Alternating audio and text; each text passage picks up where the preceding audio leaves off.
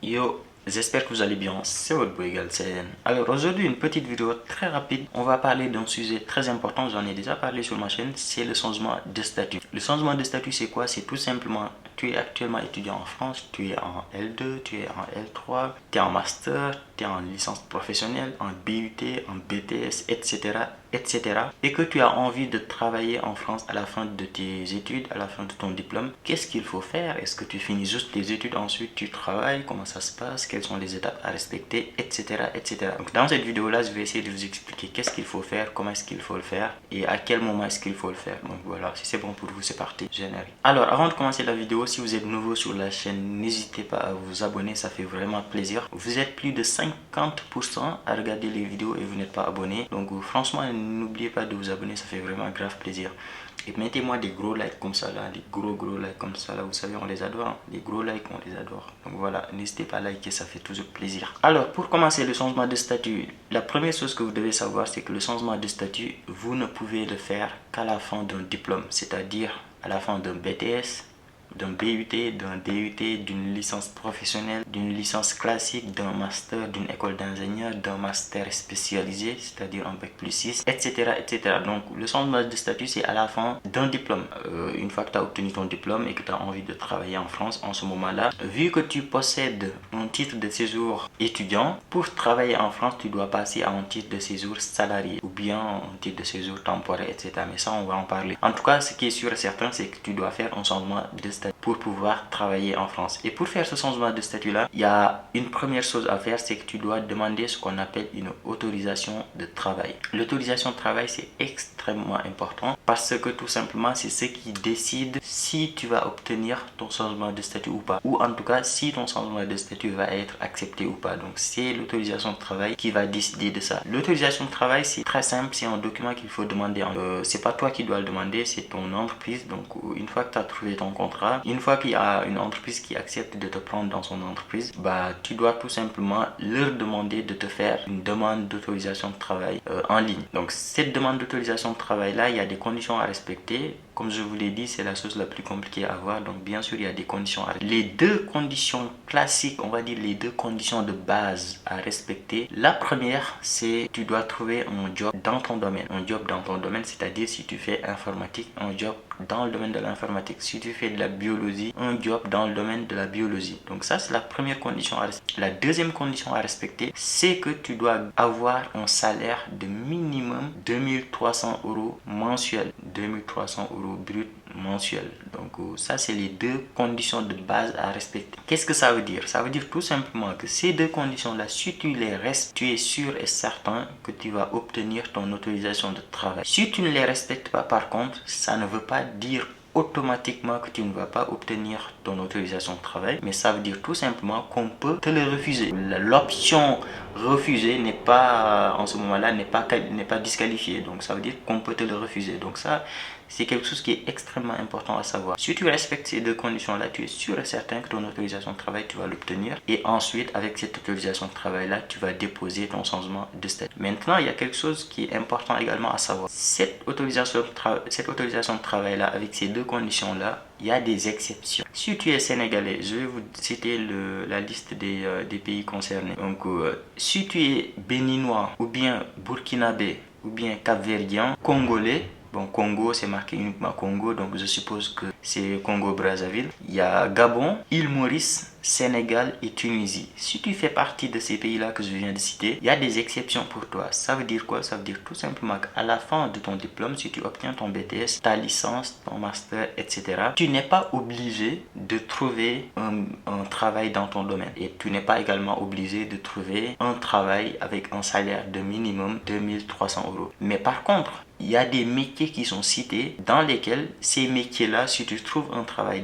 parmi ces métiers-là qui sont cités, tu peux avoir ton changement de statut quand même, même si tu n'as pas trouvé un travail dans ton domaine, même si tu n'as pas trouvé un métier avec 2300 euros brut mensuel. Si c'est dans ces métiers-là qui sont cités par l'État, bah, tu peux quand même obtenir ton changement de statut. C'est ce qu'on appelle les métiers en tension. Ces métiers-là, c'est classé par région et dans chaque région, il y a des métiers qui sont spécifiques pour cette région-là. Je vous donne par exemple l'exemple du Sénégal dans la région Auvergne-Rhône-Alpes. Si vous êtes dans la région Auvergne-Rhône-Alpes, si vous trouvez du travail dans ces métiers-là, vous n'êtes pas obligé que ça soit un métier dans votre domaine, vous n'êtes pas obligé que ça soit un métier avec 2300 euros brut mensuel. Ces métiers-là, c'est agent de maîtrise et assimilé des industries de process, donc ça, agent d'entretien de locaux. Agent d'entretien de locaux, ça veut dire tout simplement agent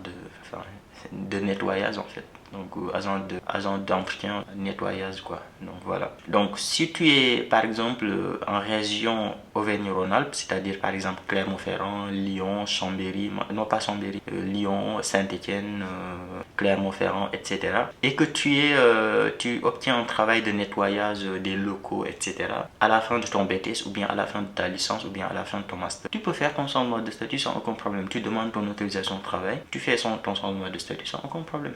Même si c'est pas dans ton domaine, même si tu n'as pas 2300 euros, on s'en fout. Tu peux quand même faire ton changement de statut et tu n'es plus étudiant, tu travailles. Et il y a d'autres métiers, il y a les autres professions paramédicaux, cadre technique, maintenance, charcuterie, carrosserie automobile, conducteur routier, machin, truc, géomètre. Il y a plein de métiers, maître d'hôtel, maraîcher, monteur, etc. Et ça, je suis juste en train de citer les métiers pour la région Auvergne-Rhône-Alpes. Donc il y en a d'autres dans d'autres pays. Donc je vous laisserai aller voir. Bon, je vous mettrai le site en description, comme ça vous pourrez aller voir. Il y en a, voilà. Parmi les pays que j'ai cités, à chaque fois que vous cochez votre pays, vous allez voir les métiers qui sont autorisés pour votre pays. Donc ça, c'est des exceptions. Maintenant, si on revient sur la base, c'est-à-dire il faut ces deux choses-là, demander ton autorisation de travail. Et une fois que tu as demandé ton autorisation de travail, bah, c'est très simple. Avec cette autorisation de travail-là, plus les documents qui t'ont demandé, que tu peux trouver partout sur n'importe quel site, tu tapes juste les documents pour un changement de statut. Avec tous ces documents-là, bah, tu vas aller déposer ton changement de statut à la préfecture. Une fois que tu as déposé ton changement de statut, il y a trois possibilités. Si tu es en CDD, c'est-à-dire si tu trouves un travail en CDD, tu obtiens un titre de séjour salarié temporaire. Ce titre de séjour là, il est pas ouf. Il est pas ouf parce que tout simplement à la fin de tes études, à la fin de ton CDD, il faut tout de suite trouver un autre CDD pour continuer d'avoir un. Et si tu trouves pas, c'est compliqué. En plus, t'as pas le chômage et tout, c'est chiant. Et si tu as un CDI, en ce moment-là, tu as un titre de séjour salarié. Tout à l'heure, j'avais dit salarié temporaire. Cette fois-ci, tu as un titre de séjour salarié. Et ce titre de séjour salarié-là, il est très intéressant parce que tout simplement, bah, par exemple, à la fin de... Par exemple, si tu quittes ton CDI ou bien machin truc, ou bien si tu es renvoyé, je sais pas, machin truc, tu peux quand même rester 1 an en France après la fin de ces 1 an, parce qu'ils vont te donner 1 an de titre de séjour. À la fin de ces 1 an-là, tu peux faire un renouvellement avec 1 an en plus, et pendant ces 1 an là, même si tu n'as pas de travail, tu peux quand même toucher le chômage. Donc ça, c'est intéressant pour le titre de séjour de salarié. Donc ça, c'est les deux premiers titres de séjour. Et le troisième titre de séjour que tu peux obtenir, c'est le titre de séjour passeport talent. Le titre de séjour passeport talent, c'est le grave, c'est vraiment le high niveau. Ce titre de séjour là, tu l'obtiens uniquement si tu as un salaire minimum 38 000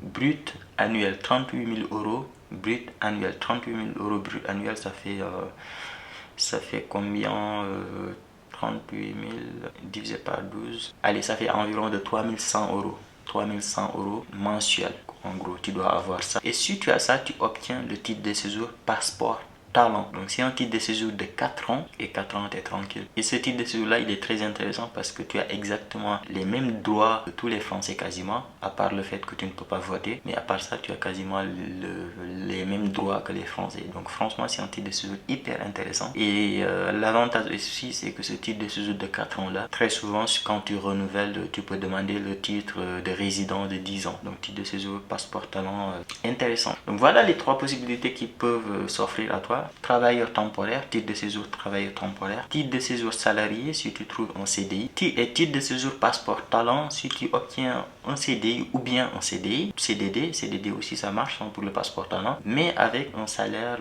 minimum de 38 000 euros brut annuel. Donc voilà, c'est pas donné. C'est pas n'importe quelle entreprise qui donne 38 000. Sauf si tu es en Ile-de-France, si tu es à Paris, ça. Mais voilà, tout ça pour dire, si vous êtes actuellement étudiant en licence ou bien si vous êtes étudiant en BTS, et que vous n'avez pas envie d'étudier, vous casser la tête avec les études, etc., bah, vous pouvez faire quand même votre changement de statut, quitter les études et travailler. Par contre, il faut respecter les deux conditions que j'ai données, c'est-à-dire trouver un travail dans le même domaine que tes études, plus 2200 euros, 2300 euros brut mensuels. Sinon, si tu ne respectes pas ces deux conditions-là, il faut trouver un travail en tension. Un travail en tension, c'est les travails que j'ai cités tout à l'heure, avec l'accord bilatéraux, enfin les accords bilatéraux entre la France et ton pays. Et ces pays-là, c'est pas tous les pays, je les ai cités tout à l'heure, je vais les reciter comme ça, vous êtes sûr, je vais les reciter.